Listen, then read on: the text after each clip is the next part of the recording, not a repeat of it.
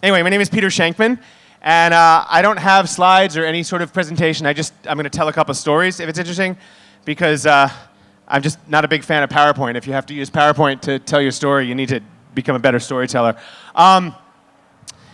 Very simply put, I started a company that I did as a favor to some friends, and 3 years later I sold it for several $million. And for me, it was never about selling a company or making any money. It was about helping people.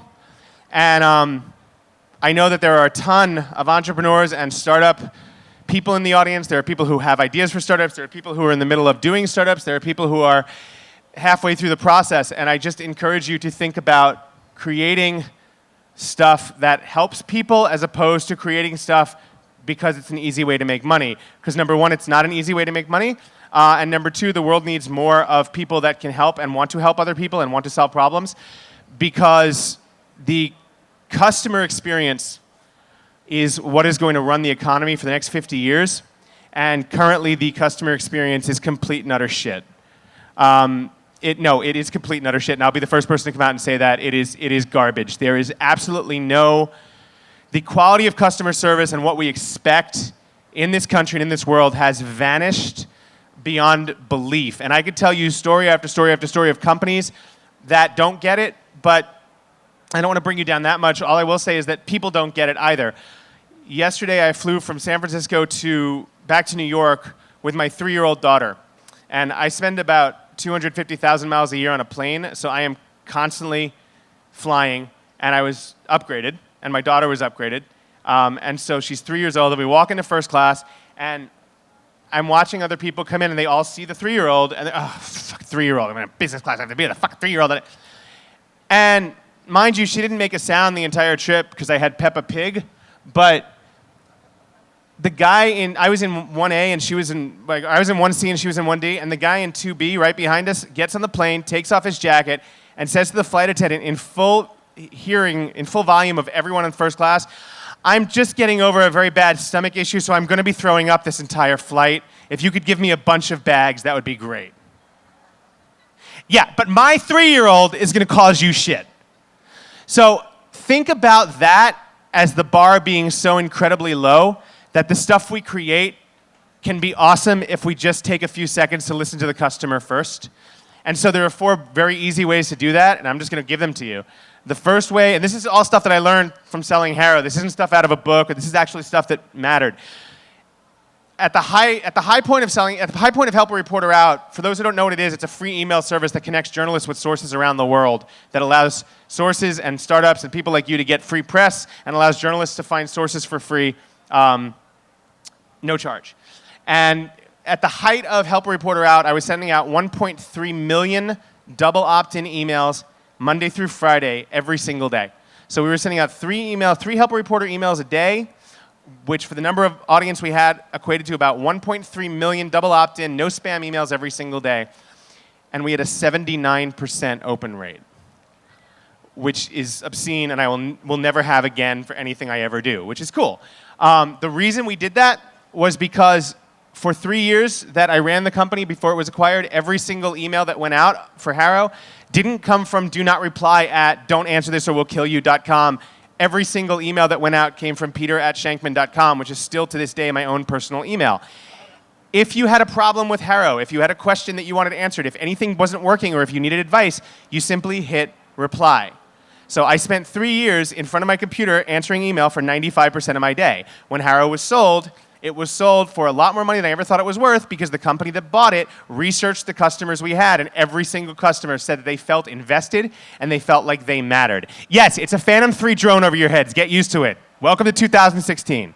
So HARO sold because it was a person whose face was in front of it, I was transparent, and you could reach me. It's still my email. My email is peter@shankman.com, and I encourage you to use it. At the end of this thing, I'm going to give you my cell phone number too. Because if I deal with customers and talk about that all day, and then I don't believe my own shit, how can I expect you guys to? Be transparent, own what you do. When you screw up, because you're going to, and it's not a diss on you, you're just going to screw up because we're human beings. When you do, get in front of it and own it. 79% of people that bitch about something on Twitter don't need their problem fixed. What do they need? To be heard. They just want to know that they're being heard and that they matter.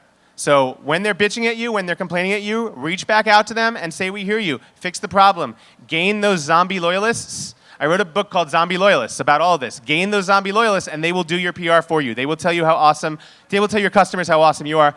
Because here's the thing, no one believes how awesome you are if you're the one that has to tell them. That's the equivalent of walking into a bar and going up to the first woman you see and going, I'm awesome in bed, come home with me. She's probably not going to believe you. I've done a lot of research on that, so trust me.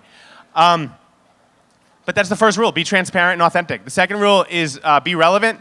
So I get all my news from podcasts sometime between 3 a.m. and 5 a.m. in the morning. I wake up at 3 a.m. and I start running and exercising that early because I'll tell you why in a minute, but that's how I get my news. I don't have time to read newspapers. I don't have time to watch TV. That's how I get my news. If you Google me, I'm also the asshole who got arrested in Central Park for exercising too early a couple of years ago. I was at 4:40. Yeah, I know. I was born and raised in Manhattan. I didn't think they could close Central Park, but they did. And when the cop stopped me and said, what are you doing? And I was dressed in running clothes and sweating, I was so shocked that he actually had to ask. I answered with giving hand jobs for crack, which is the wrong answer. But my point being is that that's how I get my news because that's the only time I have to listen to news and listen to my podcast. So I listen to things like Tropical MBA and the Paleo Hacks and all that between 3 a.m. and 5 a.m. And if I had to read their websites or go to their website, I'd never do it. So understand how your audience likes to get their information, give it to them the way they want, and they will listen to you and they will feel invested. And that's what we did with HARO. I'm on the board of a nonprofit animal rescue society who I sent them a donation once because a friend of mine was killed and her husband said donate to this animal rescue society, so I did, and this is back in like 2008. And they sent me a coffee table book, and I called them like, why wouldn't you just send me a link to like YouTube or something I could share? And they're like, oh, well, we think most of our donors are older. I'm like, well, so you've done research? They're like, no, we're just assuming. And I got really pissed and joined their board and sent, over the next year, interviewed all their current and past donors, and like 95% of them wanted online. So we moved everything online, and in 12 months, their revenue went up 37%. Donations went up 37%. They saved $500,000 on printing and mailing. Talk to your freaking people, man. They're there. That's what they're there for. Make them feel like they matter. The third rule of any startup is brevity. Survey came out. We have about 2.7 to 3 seconds to reach your audience. 2.7 seconds, by the way, is not, it's 140 characters, but it's not Twitter, it's mobile. I love Twitter like everyone else, but please understand the difference. Twitter's a pipe, mobile's a revolution. Two things in America taught us that our phones could do more than make calls, 9/11 and American Idol. So please understand that Twitter is a pipe, mobile is the future, and that's where we are. And so, but back to brevity, if you have 2.7 seconds to reach your audience, if you are running a startup, if any of the people within your startup are public facing, okay, which means that if you're writing content for the web, if you're talking on TV, if you're doing podcasts, whatever, hear me when I say this, become a better communicator. Take a class in writing, take a class, if any of you speak publicly, like on stage, or you're hoping to, for Christ's sake, take an improv class. Okay? An improv class is not just a bunch of weird people saying, please come to my show, please come to my show, please come to my show, please come to my show, there's a free drink. Improv will actually teach you to answer to the hardest two words in the English language, which is, and then. If you can answer and then when you're pitching me to invest, I'll be much more likely to listen. Brevity is key. 2.7 seconds to reach your audience, become a better writer. Guys, one out of every 2.5 homepages in America, business corporate homepages in America or personal, have a spelling or grammatical error on the homepage. This shit is not hard. I'm not sitting up here like Tony Robbins asking you to walk through fire and be awesome. I don't need you to be awesome. I need you to be a little bit better than crap, which is the current norm. Seriously, walk out of here just with a couple of tools to be better than crap, and you're ahead of 99% of the game. I have no idea how much time I have left, so the fourth rule is very simple. The fourth rule is top of mind. Too many people, when they start up, reach out to people they haven't spoken to in their audience simply when they need something. I get those on average of 3 or 4 times a day. It's kind of icky. Reach out to people when you don't need something. Barry Diller was the head of Paramount Pictures. He took the job in 1976 when Paramount was almost at bankruptcy, and he reached into his Rolodex. For those under 30, a Rolodex is like Outlook, but it turns and it sits on your desk. He'd reach out to people in his Rolodex and call them and say hi, and not try to sell them anything. Just ask how he could help them. And when you needed a movie financed or an actor signed to a 5-picture deal, you reached out to Barry at Paramount because he was top of mind. And from 1976 to 1988, when he was at Paramount, he was responsible for turning Paramount Pictures into the first billion-dollar studio in Hollywood, let alone the world. Flashdance, Top Gun, Footloose, all those different types of movies, all because he reached out and talked to people and turned Paramount around. So those are the 4 rules: transparency, relevance, brevity, and top of mind. And they worked for me. I think I have about 1 or 2 minutes left, so I'm going to leave you with this. If there's anyone with ADD or ADHD in the world, or in the audience, which is most entrepreneurs, raise your hands.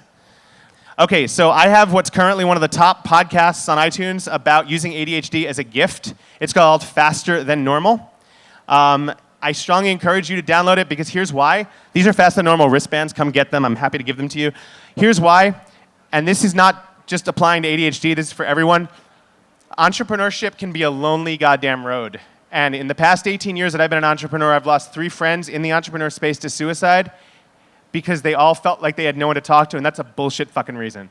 All right, so I deviate from the customer experience to tell you this. If you are working on something, the biggest project you're ever gonna work on is not your startup, it's you.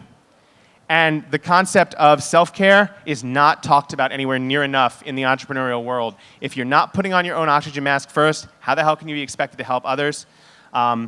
You gotta take care of yourselves. I don't wanna see brilliant, smart people lost just because they didn't have a network to talk to. I run a network of people that are really cool. It's called Shankman. I encourage you to check it out. Or shit, just call me, okay? Email me, text me. This is not something that has to be hard. It has to be hard. Entrepreneurship has to be hard, but you don't have to do it alone, and you don't have to feel like you're not worth anything just because a project failed. Peter@shankman.com. I'm at Peter Shankman on all the socials. I truly do want to help because I think that if you have had any modicum of success in your life, no matter how small like I have, you have a responsibility to send the elevator back down. So I'm fortunate to have had a few minutes to speak to you, and I'm humbled that you took the time to listen. Thanks, guys.